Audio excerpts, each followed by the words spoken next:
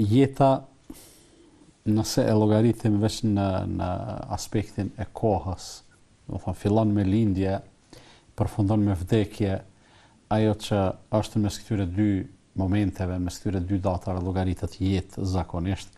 Nëse e analizojmë si kalon rëndom, e vrejmë se një pjesë jo e vogël, afro 15 vite, janë fëmijëri, pastaj një pjesë tjetër afro 1/3 ose spaku 1/3 është gjumë, edhe e vrejmë se fare pak mbetet prej jetës për produktivitet.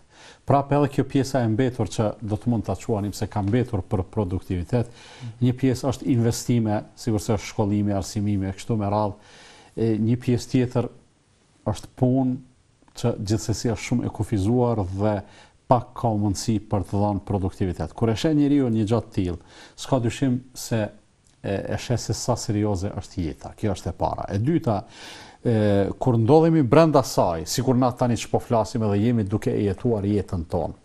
E vrejmë se çdo çast i jetës sonë që kalon ai ikën pa kthim dhe është ndoshta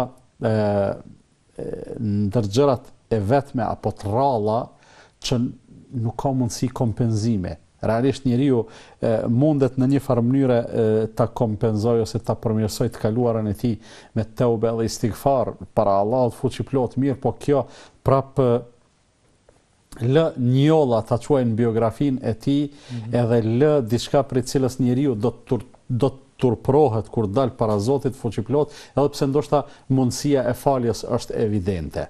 Me këtë dua të them se jeta është shumë serioze për shkak të këtyre gjërave. Ajo që e shfrytëzojmë prej saj është shumë e kufizuar, pastaj çdo çast që ikën prej saj, ikën pa kthim, mundësia e kompenzimit është zero, pendimi në kuptimin e keqardhjes edhe kafshimit të gishtave për shkak të një të kaluare akoma pa dal para Zotit fuqi plot, akoma pa u përball me gjykimin përfundimtar. Sot çdo njëri prej neve, derisa shikon në të kaluarën e vet, sigurisht që ndjen një dozë dëshpërimi dhe pikëllimi për atë që i ka kaluar edhe nuk e ka shfrytzuar sa edhe si duhet. Për këtë arsye këtu qëndron përgjigjja në arsyen e të qenit të jetës kaq serioze.